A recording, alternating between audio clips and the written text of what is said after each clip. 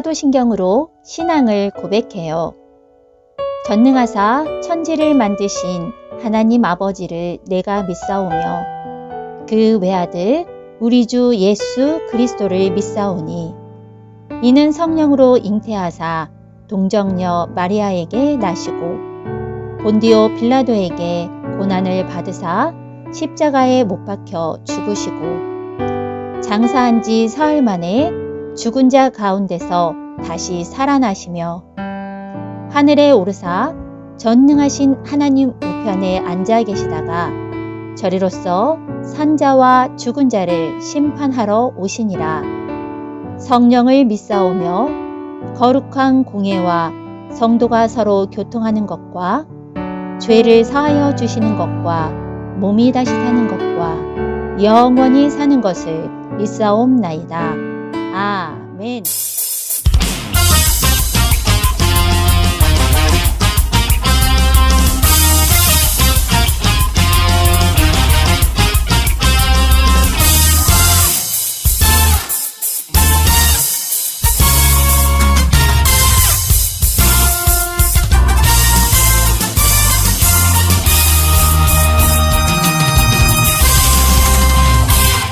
나는 구원, 내차 올라타고 하늘 날아가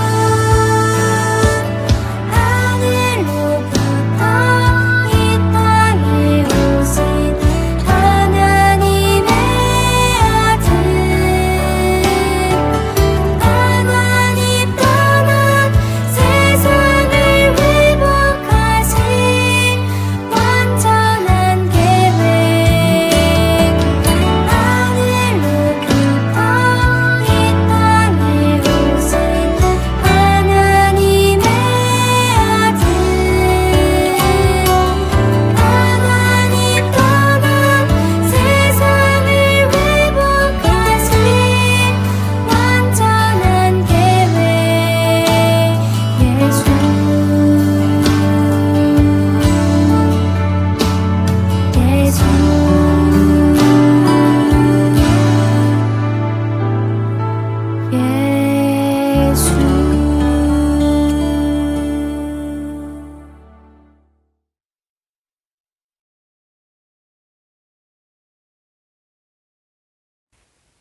기도하겠습니다. 사랑의 하나님 감사합니다. 오늘 거룩하고 복된 주일 주셔서 우리가 함께 예배드립니다.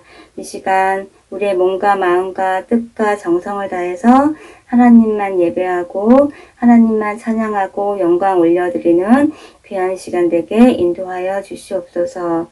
하나님, 오늘 하나님의 말씀을 전해주실 우리 강도사님 성령의 충만한 영을 부어주시고 하나님의 말씀을 전해주실 때 우리의 귀도 열어주시고 마음도 열어주시고 입술도 열어주셔서 그 말씀이 우리에게 꼭 필요한 말씀 꿀송이처럼 전해지게 도와주시고 아멘으로 화답하고 또 우리 마음에 심겨져 우리 삶의 열매를 맺게 인도하여 주시옵소서. 우리 친구들 있는 모든 곳에서 모든 위험으로부터 안전하게 지켜주시고 키와 생각과 마음이 자라듯이 지혜도 쑥쑥 자라게 도와주시고 있는 모든 곳에서 선한 영향력을 끼치는 믿음의 자녀들로 자라게 인도하여 주시옵소서.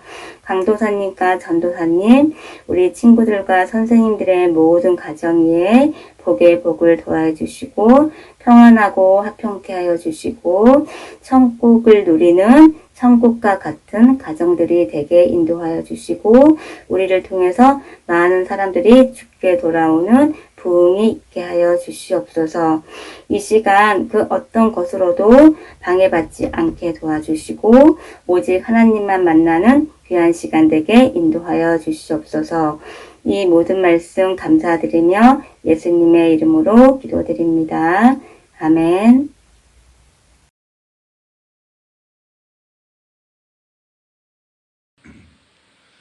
오늘 은혜 받으실 하나님의 말씀은 누가복음 4장 16절부터 21절까지의 말씀입니다. 예수께서 그 가난하신 곳 나사렛에 이르사 안식일에 늘 하시던 대로 회당에 들어가사 성경을 읽으려고 서심해 선지자 이사야의 글을 들이거늘 책을 펴서 이렇게 기록된 데를 찾으시니 곧 주의 성령이 내게 임하셨으니 이는 가난한 자에게 복음을 전하게 하시려고 내게 기름을 부으시고 나를 보내사 포로된 자에게 자유를 눈먼 자에게 다시 보게 함을 전파하며 눌린 자를 자유롭게 하고 주의 은혜의 해를 전파하게 하려 하심이라 하였더라. 책을 덮어 그 맡은 자에게 주시고 앉으시니 회당에 있는 자들이 다 주목하여 보더라. 이에 예수께서 그들에게 말씀하시되 이 글이 오늘 너희 귀에 응하였느니라 하시니 아멘. 할렐루야. 친구들 반갑습니다. 우리 오늘 말씀을 통해서 함께 은혜 받기를 간절히 소망합니다. 예수님은 30살쯤에 사역을 시작하셨습니다.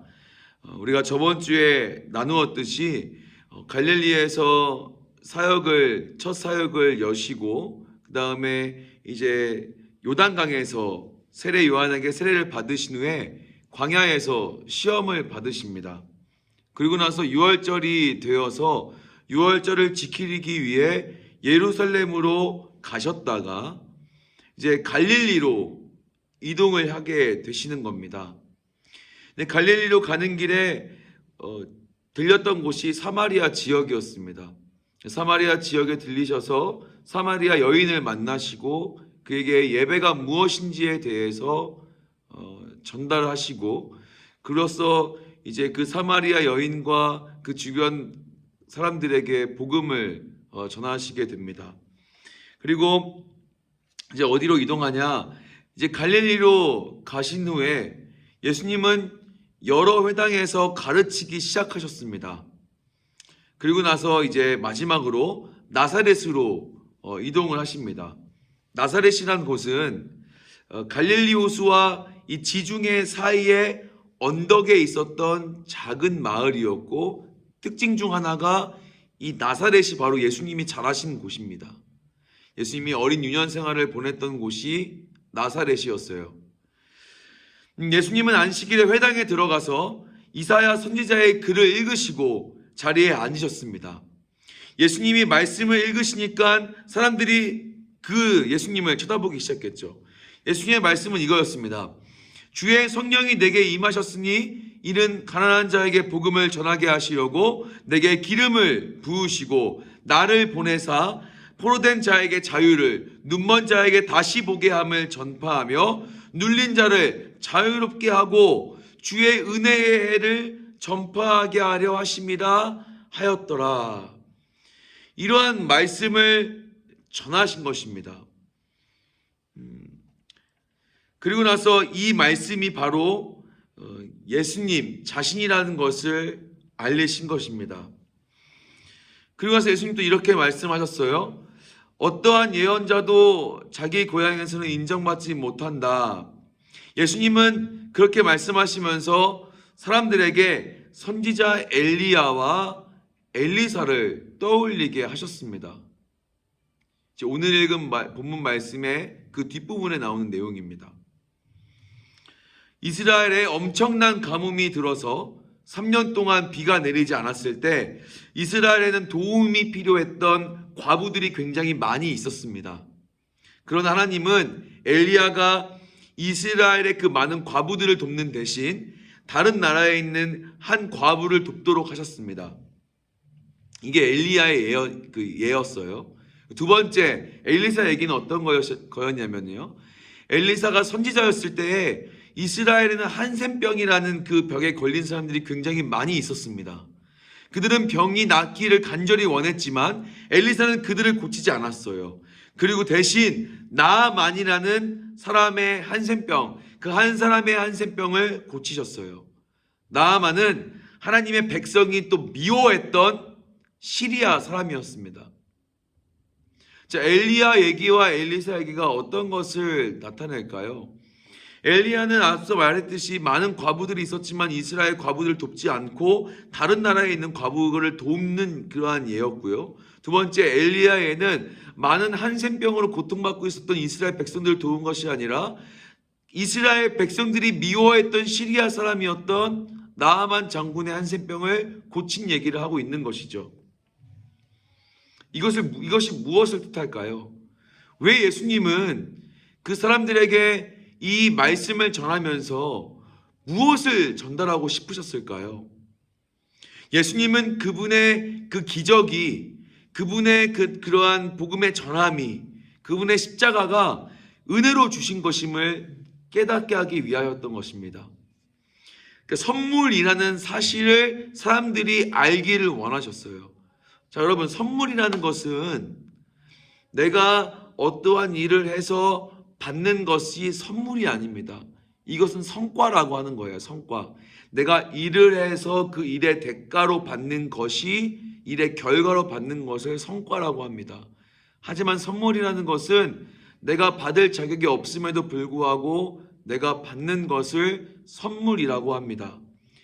예수님께서는 그분의 기적, 하나님의 기적, 하나님의 그 사랑이 우리에게 은혜로 선물로 주신 것임을 알게 하기 위함이었습니다.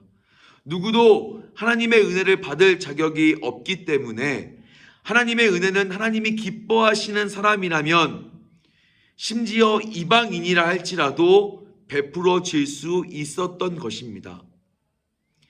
은혜를 받을 자격이 있기에 주어진 것이 아니라 자격이 없는 자에게 주신 것이 은혜였던 것입니다. 예수님의 말씀을 들었던 사람들은 어떠한 반응을 보였을까요? 우리 말씀 한 구절 볼까요? 누가복음 4장 28절 30절의 말씀에는 회당에 있는 자들이 이것을 듣고 다 크게 화가 나서 일어나 동네 밖으로 쫓아내어 그 동네가 건설된 산 낭떠러지까지 끌고 가서 밀쳐 떨어뜨리고자 하되 예수께서 그들 가운데로 지나서 가시니라. 회당에 있는 자들이 굉장히 화가 많이 났습니다. 그래서 나사렛에 예수님이 자라신 곳에 직접 가서 복음을 전했음에도 불구하고 그 사람들은 나사렛 예수 그리스도를 어떻게 하여 했다고요? 화가 나서 낭떠러지에서 밀쳐 떨어뜨리고자 했던 것입니다. 예수님은 사람들의 배척이 있음에도 불구하고 사역을 계속 진행하셨습니다. 예수님의 말씀을 듣고 나사렛 사람들의 반응이 야, 우리 동네에 이렇게 선한 인물이 나왔구나. 예수 그리스도께서 우리 나사렛 출신이구나 라고 하면서 기뻐했던 것이 아니라 분노로 죽이려 했고, 이러한 배척이 있었음에도 불구하고 예수님께서는 그 사역을 멈추지 않으시고 계속해서 진행하십니다. 예수님은 우리를 위해 대신 죽으시러 오셨지만 아직은 때가 아니었기 때문에 예수님은 그들 가운데로 피해서 지나가시게 된 것입니다. 말씀의 결론을 맺겠습니다. 주님은 거절과 반대에 직면하셨지만 잃어버린 자들을 찾아 구원하는 사역을 완수하기 위해서 부단히도 노력했고 성령의 권능의 힘을 받았다라는 것입니다. 하나님이 약속하신 대로 이스라엘을 버리지 않으셨다는 사실, 이 사실이 우리에게 굉장히 위로가 되는 것이겠죠. 엘리야의 예와 엘리사의 예가 우리에게 무엇을 전달할까요? 그 은혜를 받을 자격이 있는 자에게 주어진 것이 아닙니다. 은혜를 받을 수 없음에도, 그 은혜로 살아갈 수 없는 자격임에도 불구하고 하나님께서 일방적으로 우리에게 은혜를 주신 것입니다. 그래서 살게 되었고, 그래서 죄사함을 얻게 되었으며, 그래서 우리가 하나님의 자녀로 살아갈 수 있게 된 것입니다. 하나님은 예수님이 태어나시기 수백 년 전에 이사야 선지자를 통해서 죄에서 자유롭게 될 날이 오리라라는 약속을 주셨습니다. 예수님은 죄에 사로잡힌 자들을 구속하시겠다라는 하나님 약속의 성취로서 이 땅 가운데 오신 것입니다. 자, 이제 우리는 어떠한 거절과 반대에 부딪혀도 견딜 수 있는 희망을 찾을 수 있는 것입니다. 복음을 전하다가 낯선 사람이나 동료들에게 거절당하고 친구들에게 무시당할 수도 있습니다. 예수님도 나사렛에서 배척을 당하셨습니다. 하지만 말씀으로 이겨내셨고 끝까지 그 사명을 감당해 주셨습니다. 우리도 선택받을 수 없는 자이지만 하나님의 은혜로 선택되어졌고 하나님의 은혜가 우리에게 주어짐으로 살게 되었으니 이제는 그 사명을 감당하는 일에 있어서 배척이 있어도 무서워하지 않고 두려워하지 않고 내게 주신 그 사명을 잘 감당해 나가 살아가는 우리 모두가 되기를 간절히 소망합니다. 제가 기도하겠습니다. 하나님 아버지 감사합니다. 오늘도 누가복음의 말씀을 통해서 하나님의 은혜를 깨닫게 하심에 감사드립니다. 눈먼 자를 보게 하시고 억눌린 자를 자유케 하시는 주님, 그 모든 것들이 계획된 은혜였고 또한 하나님의 일방적 은혜였으며 무조건적인 은혜였음을 다시 한번 깨닫습니다. 주님께서 우리에게 은혜 주시기 위해 다시 한번 독생자 예수 그리스도 이 땅 가운데 보내시고 십자가 달려 죽으시고 부활하심을 통해서 우리가 다시 살게 되었고 그로 인해 우리에게 새로운 사명이 주어졌으니 하나님, 이 사명을 감당하는 일에 있어서 억울한 일 당하지 않게 하시고 혹여나 배척당하는 일이 있을지라도 예수님께서 나사렛에서 배척당하심에도 불구하고 그 사명을 끝까지 완수하셨던 것처럼 우리도 포기하지 아니하고 주님이 주신 새 힘으로 그 사명을 잘 감당해 나가 완수할 수 있는 우리 모두가 되게 하여 주옵소서. 어렸을 때부터 올바른 신앙으로 자라게 하시고 온전히 주님만 섬기며 바라보며 찬양하며 예배하는 우리 모두가 되게 하여 주옵소서. 감사합니다. 주님 살아계신 우리 주 예수 그리스도의 이름으로 기도드립니다. 아멘. To get the moon, to get the moon, to get the moon. Let's go. 하늘에 계신 우리 아버지의 이름을 거룩하게 하시며 아버지의 나라가 오게 하시며 아버지의 뜻이 하늘에서와 같이 땅에서도 이루어지게 하소서.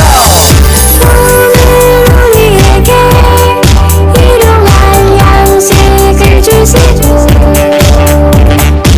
우리가 우리에게 잘못한 사람을 용서하여 준 것 같이 Yo, 우리 죄를 용서하여 주시고 우리를 시험에 빠지지 않게 하시고 악에서 구하소서. 나라와 권능과 영광이 영원히 아버지의 것입니다. 나라와 권능과 영광이 영원히 아버지의 것입니다. 아멘. 한 번 더 아멘. 다 같이 아멘. 마무리 아멘. 함께 주기도문 고백하겠습니다. 하늘에 계신 우리 아버지여, 이름이 거룩히 여김을 받으시오며 나라의 임하옵시며 뜻이 하늘에서 이룬 것 같이 땅에서도 이루어지이다.